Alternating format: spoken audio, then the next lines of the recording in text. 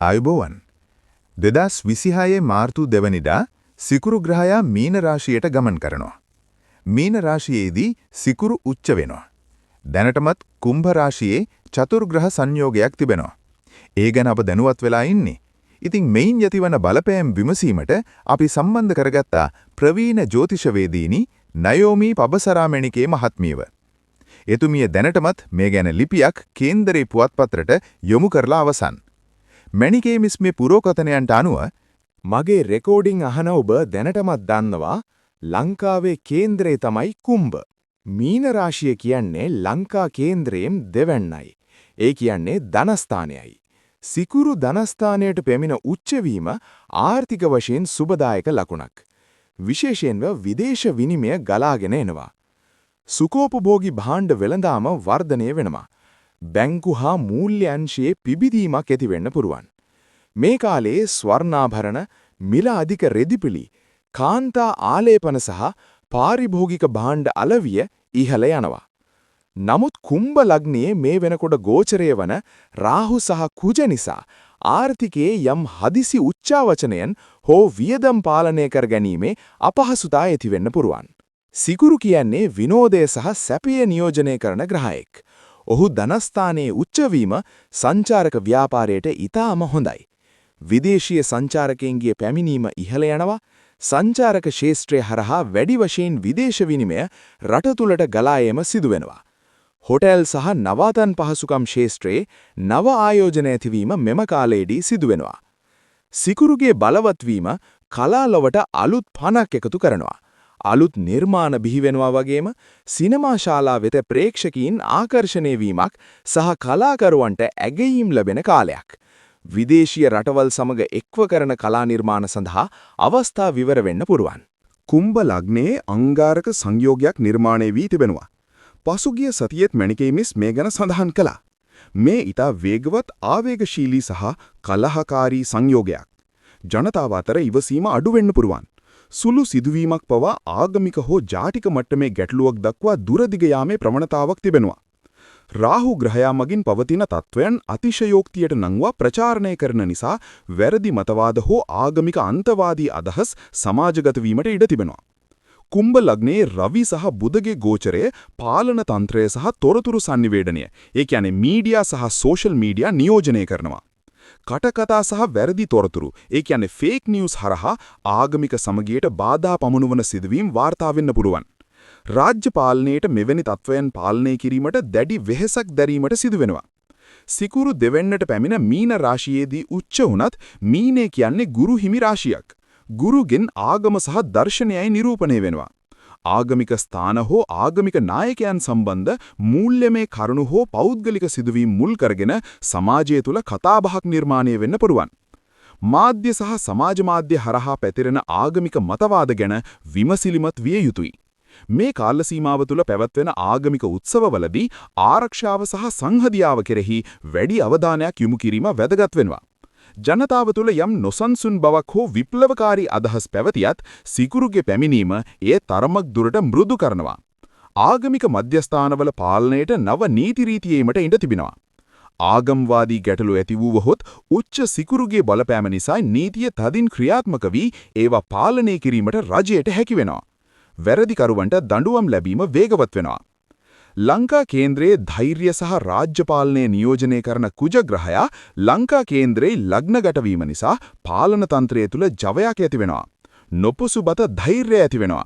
මෙහිදී ඇතැම් තීරණාත්මක සහ දැඩි රාජ්‍ය ප්‍රතිපත්ති නිසා විවිධ පාර්ශවයන්ගෙන් යම් යම් අභයෝග මතුවීමේ ප්‍රවණතාවක් තිබෙනවා. නමුත් රජයේ සියල්ල බුද්ධිමත්ව කළමනාකරණය කරවී යයි මා විශ්වාස කරනවා. විශේෂයෙන්ම රටේ තරුණ ප්‍රජාව සහ වෘත්තීය සමිති නායකයන් තුළ පැවතින උද්‍යෝගය අර්බුද සඳහා නෙවේ රට ගොඩනැගීමේ සංවර්ධන ක්‍රියාවලිය සඳහා ඵලදායී ලෙස යොදා ගැනීමට රජය මෙහිදී අවධානය යොමු කරනවා. යම් විදිහකින් විවිධ උසිගැන්වීම් මත ඇතිවිය හැකි නොසන්සුන්කාරී තත්වයන් පාලනය කරමින් රටේ නීතිය සහ සාමය අකුරටම ඉටු කිරීමට ආරක්ෂකාංශ මේ කාලය තුළ අතිශය කැපවීමෙන් ක්‍රියා කරනවා. වගේම ඒ හරහා රටේ ස්ථාවරත්වය තවදුරටත් තහවුරු කරන්නත් කටයුතු කරනවා. මේ කාලේ රැකියා අවස්ථා උදාවීම සහ විදේශගත වීමේ සිහින සැබෑ කර ගැනීමට හිතකර වටපිටාවක් නිර්මාණය වෙනවා. එසේම ප්‍රේම සබඳතා සහ විවාහ මංගල්‍යයන් සම්බන්ධව සුබ පණිවිඩ බහුල වන කාලයක්. ජීවන තත්ත්වයේ උසස් කර ගැනීමට අවශ්‍ය පසුබිම නිර්මාණය වෙනවා. සමාජීය උත්සව සහ විනෝදාත්මක කටයුතු සඳහා ජනතාව වැඩිපුර යොමු වෙනවා. ලංකා කේන්ද්‍රීය ධනස්ථානයට සැනසුරුගෙන් එල්ලවන බලපෑම හමුවේ වුණත් ලග්නගත ග්‍රහ පිහිටීම තුලින් පෙන්눔 කරන්නේ පවතින ආර්ථික දුෂ්කරතා කළමනාකරණය කර ගැනීමට රජයේ දරන දෙඩි උත්සාහයයි. ගෝලීය සහ දේශීය සාධක මත අත්‍යවශ්‍ය භාණ්ඩ මිල කෙරෙහි යම් පීඩනයක් එල්ලවීමේ හැකියාවක් පැවතුනත් වෙළඳපොළ තුල කෘත්‍රිම හිඟයක් ඇති කිරීමට දරන උත්සාහයන් පාලනය කිරීමට රජයේ විශේෂ වැඩපිළිවෙලක් දියත් කරાવી. ව්‍යාපාරික ප්‍රජාව දිරිමත් කරමින් සහ ජනතාවගේ පෝෂණ මට්ටම උසස් කර ගැනීමට සඳහා ක්‍රියාත්මක සහන වැඩපිළිවෙල තවදුරටත් ශක්තිමත් වීමට ඉඩ තිබෙනවා. ආදායම් මාර්ග පුරුල් කරමින් සහ මූල්‍ය ක්ෂේත්‍රයේ විනය තහවුරු කරමින් ඕනෑම බාධාකාරී තත්වයක් ජය ගනිමින් රටේ ආර්ථිකයේ සුරක්ෂිත මාර්ගයකට යොමු කිරීමට සිකුරු මාරුව නිසා පුළුවන් වෙනවා. ඒ වෙනුවෙන් වගකී යුතු බලධාරීන් අතිශය කැපවීමෙන් කටයුතු කරනවා. සිකුරුගේ ගෝචරය ලග්න 12ට බලපාන ආකාරය විමසා බලමු. මේෂ ලග්නය. ඔබේ 12 වෙන්නේ සිකුරු උච්ච වීම නිසා විදේශ ගමන් බලාපොරොත්තු වූ අයට ඊට සුබයි. සැප පහසු ජීවිතයකට අවශ්‍ය දේ මිලදී ගැනීමට අවස්ථාව ලැබෙනවා. දානමාන කටයුතු වෙනුවෙන් සිත යොමු වන පින්වන්ත කාලයක්. වෘෂභ ලග්නය. ලග්නාධිපති 11 වෙන්නට පැමිණීම අතිශය සුබයි. ආදායම් මාර්ග කිහිපයකින් මුදල් ලැබෙනවා. පැවති බාධා ඉවත් වී ජනප්‍රියත්වය ඉහළ යනවා වගේම හිතවතුන්ගෙන් විශේෂ උදව් උපකාර හිමි වෙනවා. මිථුන ලග්නය. 10 වෙනිලේ සිකුරු උච්ච වීම වෘත්තීය ජීවිතයේ ස්වර්ණමය යුගයක්.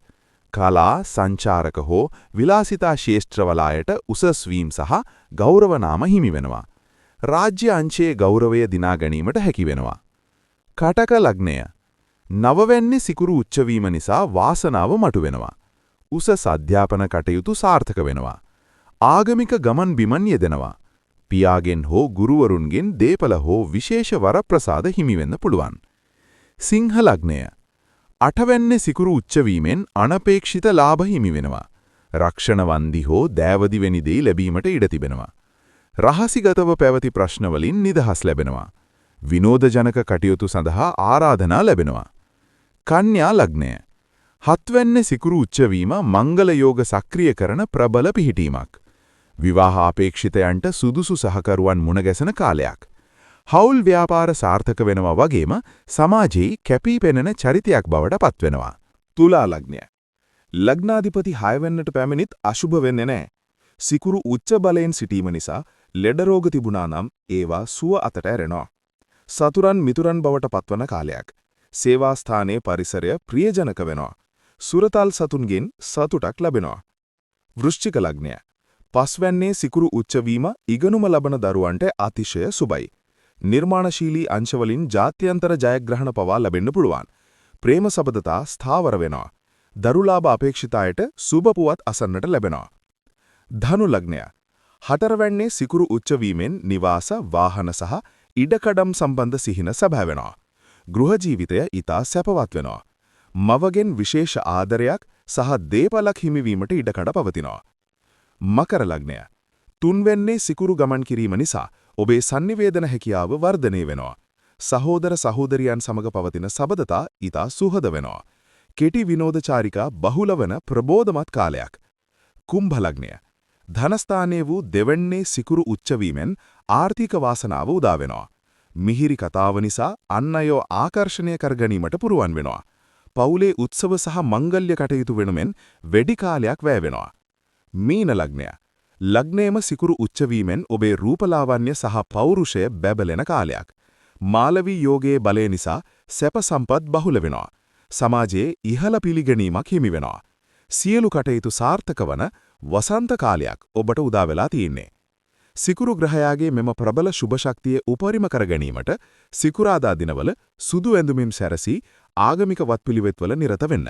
සුවඳ මල් පූජා කිරීමත් ඊට යහපත්. ඕනෑම අපල තත්ත්වයක් මගහරවා ගැනීමට හොඳම මඟ වන්නේ සීලය ආරක්ෂා කිරීම, නිරතුරුව මෛත්‍රී භාවනාව කිරීම සහ පරාර්ථකාමීව කටයුතු කිරීම බව එතුණිය බවසා සිටියා.